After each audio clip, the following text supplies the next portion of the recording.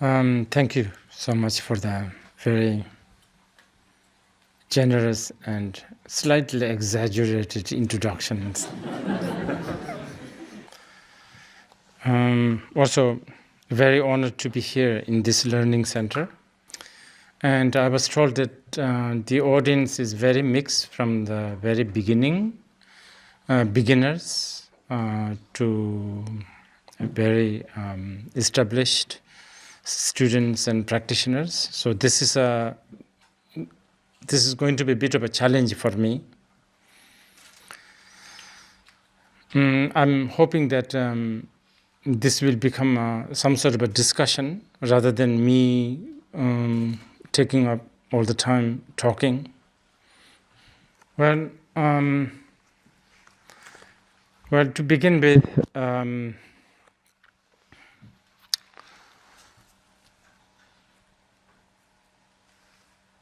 I'd like to talk about terms because that's somewhat important. I guess philology, language is one of the sort of the driving force of culture, and therefore how human beings think and how we manifest is so much to do with language. For instance, like Buddhism or Buddhist, this is quite a new term. I don't think it exists in the sutras and the shastras. Is Buddha Buddhist? I don't think so. More likely, Buddhism, the term English word Buddhism, may have been invented by Europeans. So I'm sure a lot of the academics here can really dig into this. I'm mentioning this because somehow Buddhism now is categorized into religion. That to a Buddhist, let's see, I'm now considering myself as a Buddhist. So for a Buddhist, it's a bit like computer science or physics being categorized as a religion. In the past, ancient India, the seeking for truth, the universal truth, is a very, very important. I guess it's still now. And so-called Buddhist, Jain, Nyayas, these Indian philosophers, logicians, they were basically looking for truth.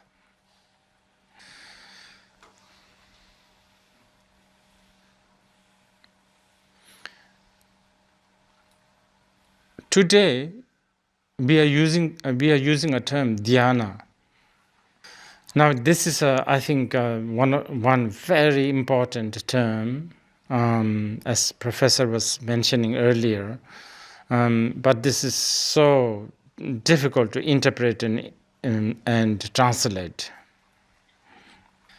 Dhyāna, I believe, is what is sort of metamorphized, or the term Dhyāna became Chan in Chinese, and I guess the Zen in Japan.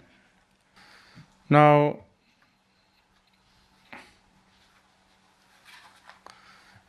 Dhyāna, Chan, Zen, these are all means. It's actually not the end. So actually, even though Dhyāna is very, very important, in itself is secondary important. because it's just a means, it's not the end. I'm bringing this, I'm emphasizing this a little bit because mindfulness, meditation, this has become sort of fashionable now.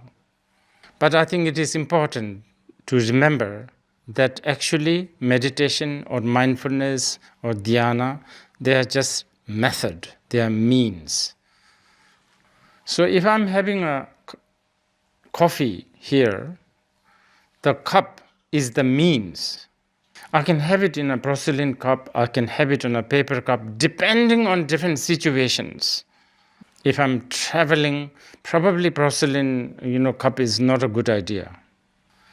So what's happening at times is we put so much emphasis on the cup. Nobody is talking about the coffee. From a 5-star resort or some weekend retreats, yoga retreats, mindfulness retreats, anywhere, people put more emphasis on the means. So I like to sort of take this opportunity this evening to really just remind ourselves that the end or the contents, what's in the cup, is actually more important than the cup. If you have that clearly, then the dhyāna, the mindfulness, the training, the application has some sort of aim. Now this is kind of important, but this is really difficult to grasp, because I think when we talk about the end, we are talking about something so abstract usually, but the means can be something tangible, such as when the moment we talk about meditation, dhyāna, we immediately, almost automatically think in terms of sitting straight. And sitting straight has a lot of benefit. To begin with, it relaxes you. But is Buddhism really interested in relaxing ultimately?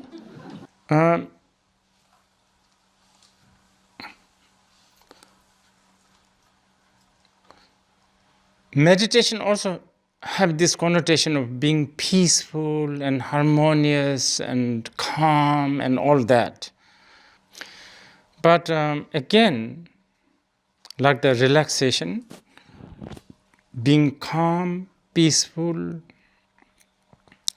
is not really the ultimate goal of Buddhadharma. Now don't get me wrong, I'm not saying that being calm, peaceful, unstirred I'm not saying that they are not important. They are very important.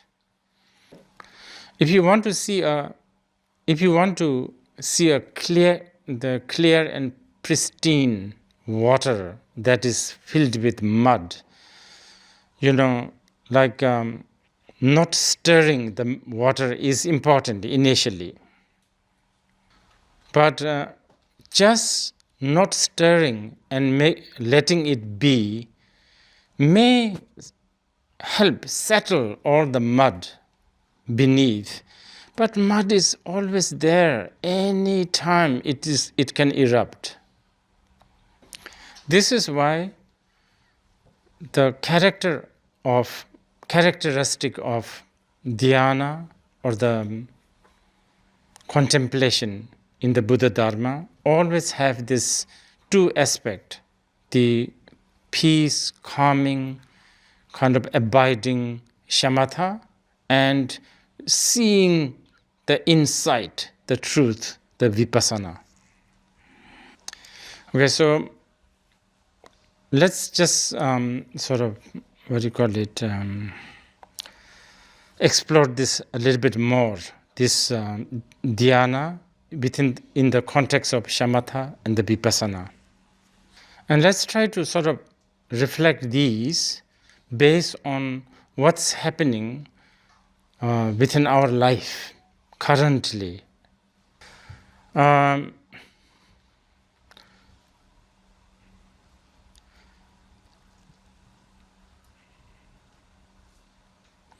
In our life, we have so many anxiety, and I'm talking about myself, by the way. And we have such a good reason to be anxious. There's so much things to worry about, and they're all valid, actually. Will our dream come true? Will others like me? Will others like us? Whether people we care be okay? Will we be humiliated? And also, because we are so exposed, we are just like naked. And many of these reasons are quite serious, and they are kind of unpredictable. This makes it even more, and this makes us even more anxious. And the success and good times comes a little bit, but the risk is almost permanently waiting somewhere. And we are living in very crowded places. Our body, everything about us is so fragile, like a dewdrop. Now, again, here, as you hear this, then you may think, here we go, the Buddhists, always pessimistic. The Buddhists are these harbinger, the bringer of the bad news to the world. But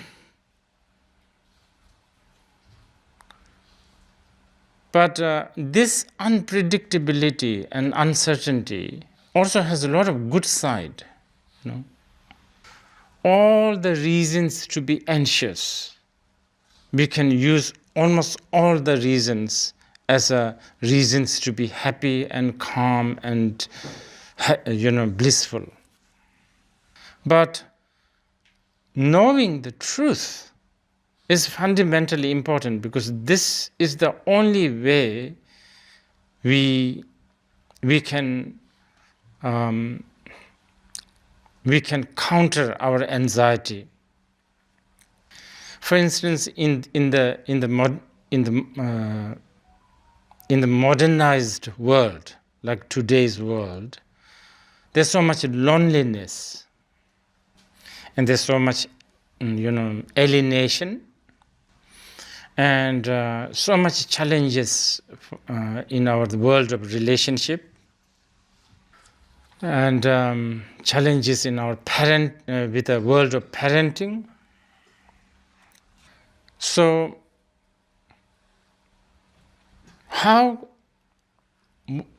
what relevance is there, this application called Dhyāna? Dhyāna is a means to really understand the truth, which is the end, the result. Dhyāna also makes you see your life and the world with a bird's eye view. Right now, we are looking at our life from one angle, a small, narrow angle. We are looking at our relationship, our health, everything, our well-being from a very, very narrow angle. Dhyāna that is taught by the Buddha is really to train ourselves to look at our life and the world with a big picture. Okay, so what is this truth that we are supposed to actualize? Now, this is really important for you to know, that these truths are not designed by Buddha. It's not, okay. So, for instance, the moisture or the wetness of the water is the truth of the water. Heat of a fire is the truth of the fire. If you know that water is wet, then when you don't want to become wet, you know what to do. If you want to be warm or fry something or burn something, you know what to do when you see a fire because you know the truth. So basically, we are talking about such a fundamental, mundane, basic truth.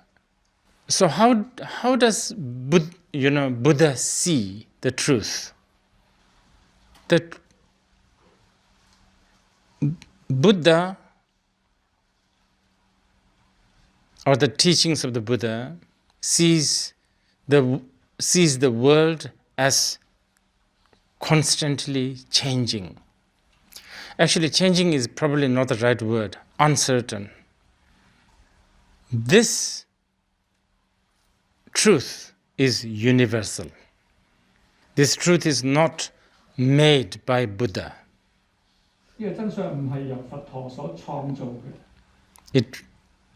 The uncertainty or the impermanence of the world, of the phenomena, this truth existed before the Buddha, and it still continues.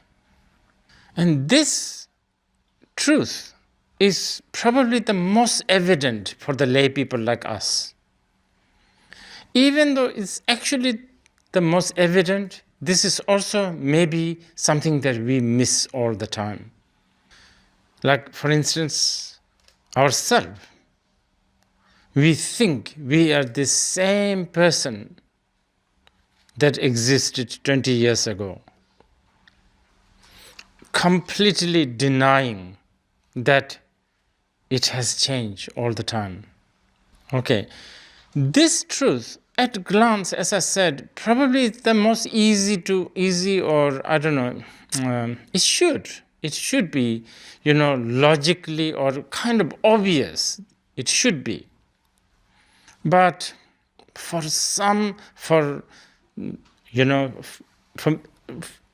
many reasons, we just cannot grasp it.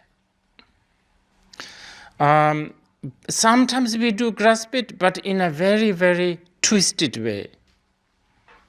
For instance, we like to accept the change when we think in terms of improvement. So if you are not slender, or if you are a little bit bulky, we like to think that by going to a gym, we can make ourselves fit and slender and good looking. So when we think in this term, we accept the impermanence. But suddenly, if a doctor says you have a blood cancer or something, then it's like, how? Is that not possible? You'll think like it's almost like unfair.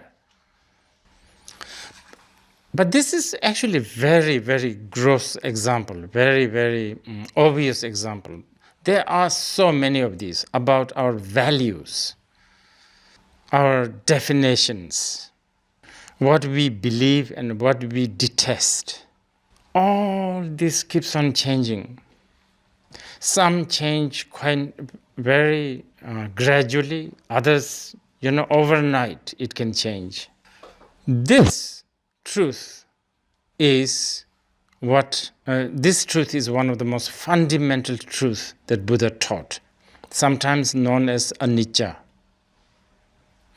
Now, Dhyāna, coming back to Dhyāna. Dhyāna is meant to make you accept this truth and really be comfortable with it live with it, glide with it. That is what dhyāna is for. As long as what you do accentuate, brings this awareness of this truth, this is dhyāna. So what I'm saying is, you could go to a temple, sit in front of a Buddha, shrine, and sit straight for an hour and think about impermanence. It could work. You could also go to IFC and the Land Crawford shop. Land Crawford, right? Lane Crawford or something. Lane Crawford, yeah. And look at all those expensive goods and think that I may never use them. I may never have a chance to use them. And this is, if you have that kind of an hour of not just window shopping, even actually shopping, but at the same time, awareness this, I may never use this. Actually, it's dhyāna. Very much. We can call it a shopping dhyāna. So this is why lot of the so-called mindfulness meditation that is kind of popular these days, if they are not bringing the awareness of this truth, such as anicca, and if your 1 hour mindfulness meditation is just to make you happy, relax, helps your stress, that kind of mindfulness is equal to any kind of materialistic sort of, recreation, like fun. Like you can just go for a shopping. And, sometimes shopping does help your depression. Or you can have a pasta, and that also helps your depression. But then problem with these is there's always a post-shopping depression, post-pasta depression. Like when you are going to one of those lavish dinner or, rowdy parties, you can also bring this awareness that this may be the last time I'm doing this. Not necessarily somebody might die, but also our friendship, Today we talk to them as if they are the closest, as part of your heart, but tomorrow they become the sworn enemy. This happens all the time. Okay? So this, as if you can really look into this, there's really nothing religious about it.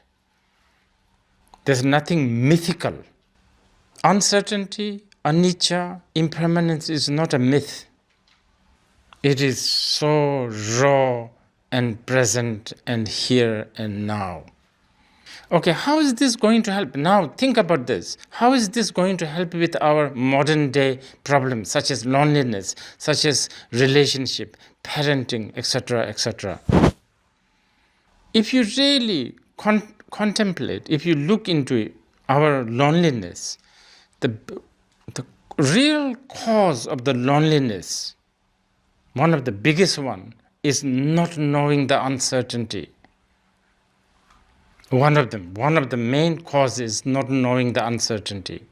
And then with everything, like your just all our problems. If you look into this, there's just so much unreasonable, blind, completely, narrow angle view on something like really unreasonably expecting that is going to work, is going to be there all the time. So this just keeps the loneliness and the alienation bigger. Okay, just one more summary. Dhyāna. Usually, when we are lonely, when we are unhappy, when we are alienated, what do we do? Our main solution is we numb ourselves, including Sichuan pepper and wasabi. But I'm not only talking about that. Social media, it's really to numb yourself, to distract yourself, to get hooked to something. But then the problem is it makes it even worse.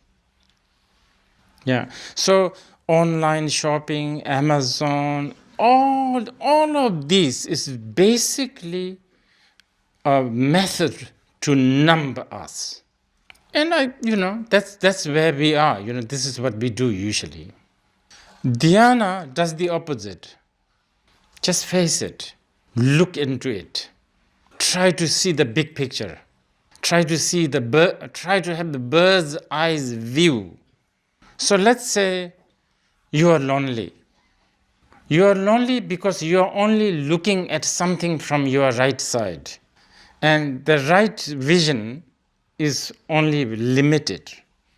So if you lose that, that's it. That's the end of the world. But suddenly, if you do the dhyāna and look from the bird's eyes view, you see right, left, front, like, there's just no time to be lonely. So many options, so many doors. At the same time, because of the bird's eyes view, you are also not blindly, following any of these options. I'm trying to explain the word dhyāna and vipassana, laktong, like seeing extra, seeing the real deal, so to speak. Okay, let's go to the next truth. This truth, the anicca, the uncertainty, impermanence, that's quite obvious. So, we should be able to grasp this intellectually at least. The next one is a little difficult, I think. The next one, according to the Buddha, he's saying that actually nothing gives us 100% satisfaction. Whatever gives you the satisfaction always have its other side that gives you worry. The ice cream is nice, but then how about the six-pack? All that, it always has something with it. This, I think, if you contemplate on this, it should be really obvious. But I think it's slightly more challenging than the first truth.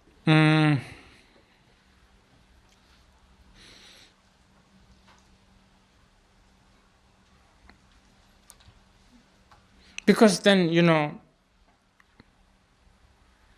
like you can challenge it, like you can say things like, oh, how about poetry? How about artistic expression? How about creativity? And now, even more challenging is, how about the Buddhist practice? What I'm saying is the Buddha's path, the practice, the path is by nature a flaw. This is what I'm saying. So this is a little difficult to achieve by the Buddhists if you are Buddhist. Basically, what Buddha said is, if you want to be liberated, the last garbage or the trash you have to throw is Buddhism. This is what he's saying. Maitreya Bodhisattva right now, but the Buddha in the future, he said, like the boat, if you take a boat and reach the other shore, you abandon the boat, then hop into the shore. Otherwise, if you are still standing in the boat, you are not on the other shore. Here, I like to just, since many of you are Chinese, I like to just remind you that you should really, because recently I was reading the Table Sutra, or Platform Sutra by Master Hui Ning. That is a priceless text. If you want to know more about this second truth, it is there, very, very well explained. The reason why basically nothing gives us the full satisfaction is there are few reasons why nothing gives us the full satisfaction. One obvious one is the first one, actually, the uncertainty. Because everything is uncertain, things are never going to give you the 100% satisfaction. The other reason, which is actually related to the third truth, but I should tell you now, is nothing is how it appears to be. Because of that, nothing gives us the full satisfaction. Yeah. Again, in our mundane world, we tend to accentuate, exaggerate the partial satisfaction that we have, and we try to sell that and convince ourselves that, it's a good thing to pursue. Now the third truth, and then after that maybe we can begin some discussion. Okay. Anyway, the second truth is many times is referred as the dukkha in Sanskrit or the Pali term. Again, this truth, as you can see, there's nothing mystical, nothing religious, nothing like some sort of a revelation here. Okay? Now the third one, that's probably the most difficult. And the way to explain the third truth also, there is just so many different, commentary. Anyway, just simple, for now, a very simple version. I'm sure many of you who are seasoned student and practitioner of Buddhadharma, you know. But for the benefit of those who are new, and this is a really big one. Basically, what Buddha is saying, that the third truth is that everything or nothing has truly existing self. Few parts put together, and then, for instance, like a table, you gather some parts together, use it as a table, and then it just becomes a table, but it does not have a so-called soul of the table, self of the table. But everything has an order, by the way. Just because it's orderly does not mean that it truly exists. Even in the dream, there is an order. If you dream of taking a taxi from here to Kowloon, there is the beginning stage, is the middle, and the reaching stage. But just because there is an order doesn't mean that your experience truly existed. Now, on this level, probably most of you can sort of accept. It becomes more complicated when this no-self theory is applied to self, the person. Then it becomes that's very personal, You can say something, you can say whatever, you can say whatever you want to say with my table, with my car, with my carpet, with my house, but me? No, there's that. But Buddha, in Buddhism,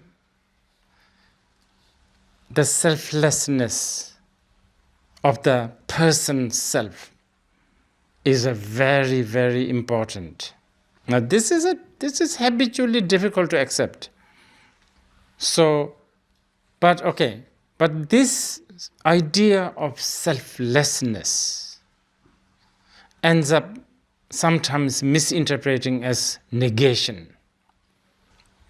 Buddhist teachings on selflessness or the shunyata is not a negation at all. It is not negating any kind of appearance, not at all.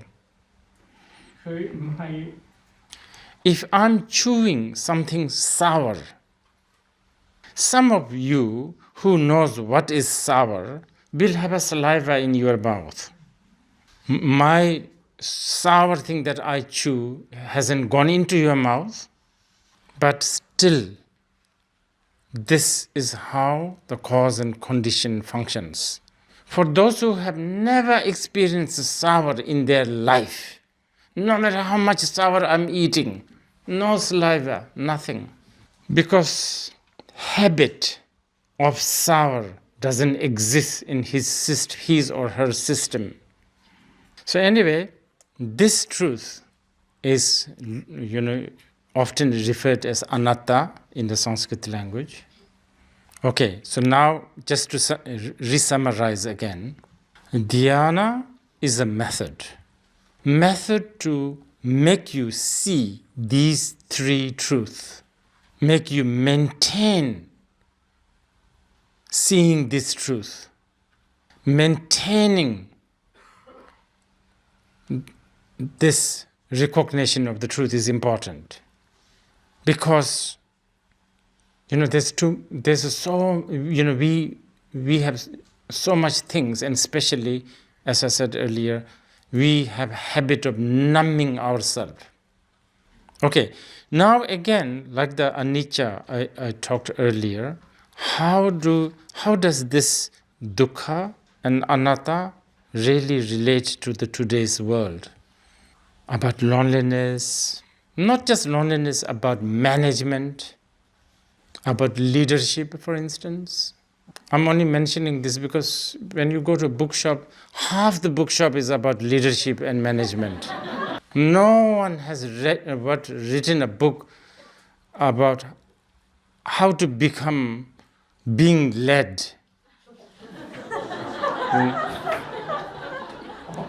Everybody wants to be a leader. And the thing is, actually, this, and especially for those who are new here, if you are asking me, what is Buddhism? What is Buddhadharma? What is Dhyāna about? It's really about being a leader. This, I'm really not making it up. You can refer to many sutras. I only remember in Tibetan verses. It says rangi ngonji jeni sushi ngondujur, which means Buddha said, you are your own master. Who else can be your master? So do you want to be a good leader? Do you want to be a visionary leader? Visionary. This is an important one. What is visionary? Anicca, dukkha, anatta. When you know everything is changing, nothing will satisfy you, nothing is as how it appears, you are the greatest visionary. And everybody wants to control the others. We are all control freak. Well, let's do it. But do it with this vision, this planning. Because if you want to control, and if you even have a little deficiency in the first truth, the truth of anicca, truth that everything is impermanent, if you don't accept that fully, you are not a good control freak. You cannot control. Someone will control you. So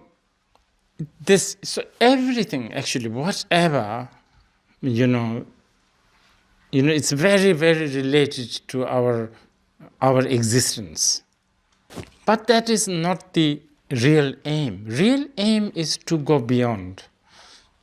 Okay, so this is sort of the outline of the Dhyāna. If you still have probably you are too tired, you can go, we will have a break. If you still wish to continue, when we come back, we will do a short